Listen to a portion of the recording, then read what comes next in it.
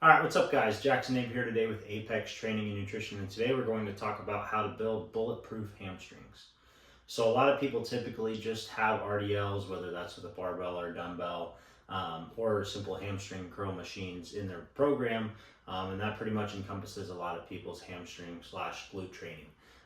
Some people may incorporate back extensions on a 45-degree machine, or even a glute ham developer. Some people I see doing Nordics and glute ham raises, which are tremendous exercises. Um, but I see the latter exercises that I just listed very far and few between. So today we're going to talk about my three favorite exercises for hamstrings that I like to incorporate for myself, for all the athletes I work with, and honestly every population, because these three exercises target the hamstrings in different ways than traditional RDLs and hamstring curl machines do.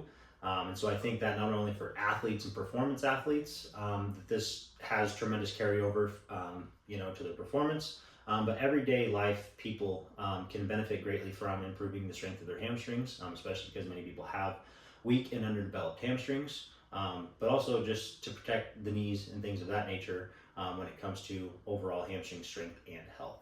So first and foremost, the number one exercise that I am going to throw in almost every single person's program is going to be the Nordic hamstring curl. This does a really good job of targeting the hamstring where it inserts behind our knee.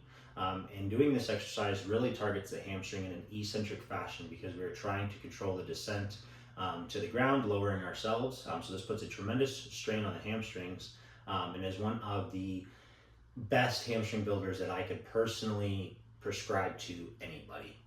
Not only because of the eccentric component, so it's going to be a little bit more taxing on the muscle itself, but because this does a really good job of protecting our knees because it's working where the hamstring ties into the knee.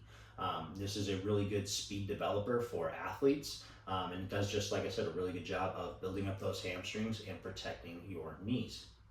The second exercise that I really like to incorporate for everyone is the kettlebell swing.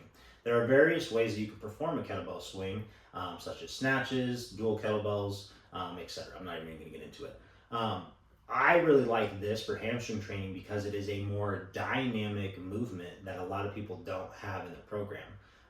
Yes, there's still an eccentric component, but a lot of our focus is now going to be on the concentric component of this exercise. We are trying to explode out of the bottom of that as fast as we can, really firing our hamstrings and glutes. And like I said, so this is going to target the hamstrings in a little bit different of a fashion. It is still a classic hinge, so it's going to incorporate all those muscles, but we are really taking away how much time you're spending on the eccentric when we're going down, and we're trying to maximize the output that we get from the concentric. So this is a really great exercise for, again, performance athletes, athletes of all kinds, and everyday population people, because you're training the hinge in a dynamic fashion. Typically, when we perform RDLs, we typically like to control the descent. So we're, again, working that eccentric, but a lot of people really don't fire up out of those RDLs fast enough to really get the concentric explosiveness out of those RDLs. So by throwing in by throwing in kettlebell swings, we are teaching our hamstrings to fire at a much faster rate, which again is going to have tremendous carryover for a lot of performance athletes. The last exercise is going to be a glute bridge iso hold. So this is going to recruit a lot of the glute muscles as well, but it is still a tremendous exercise for the hamstring because we have to contract it isometrically to bring the glutes into play.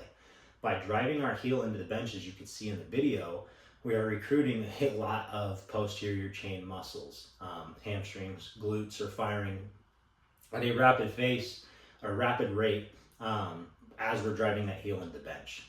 Again, this works the hamstring from an isometric standpoint, so the muscle is not actually lengthening or contracting or going through a full range of motion, rather. It is staying in a static position, contracting throughout that whole time. So not only does this teach our hamstring how to fire properly, when you hold the isometric for longer periods of time, it is going to teach your hamstring to continuously fire. So this is going to limit your hamstrings' dependence on other muscles, and your hamstrings are going to have to work tirelessly to hold that contraction for this entire movement. So as you can see, these three exercises really compile together because we are working the hamstring muscles from three different phases: eccentrically with the Nordics, concentrically with the kettlebell swings, and isometrically with the glute bridge holds. These 3 exercises pretty much make up a large majority of my hamstring training. Now, yes, I do glute ham raises, I do other hamstring curls, I do plenty of RDLs, good mornings, back extensions, what have you. But these 3 exercises do a tremendous job of, like I said, hitting the hamstring from 3 different phases. But they're slightly different than what a lot of people really like to do with an RDL, a classic hamstring curl machine. And these are all really great for all populations. They're going to have tremendous benefit for anyone that applies them to their training. And so I highly recommend every single one of you that's watching this, give these a try sometime this week on your lower body training days, or sprinkle them in for a few weeks and see how you're feeling, see how those knees feel, see how your other lifts feel, especially like your squats or your deadlifts and things of those nature, because by incorporating more of that hamstring work, we're going to learn how to recruit them better. And so that is going to then transfer to our big compound lifts that are asking a lot of muscles to contract all at the same time.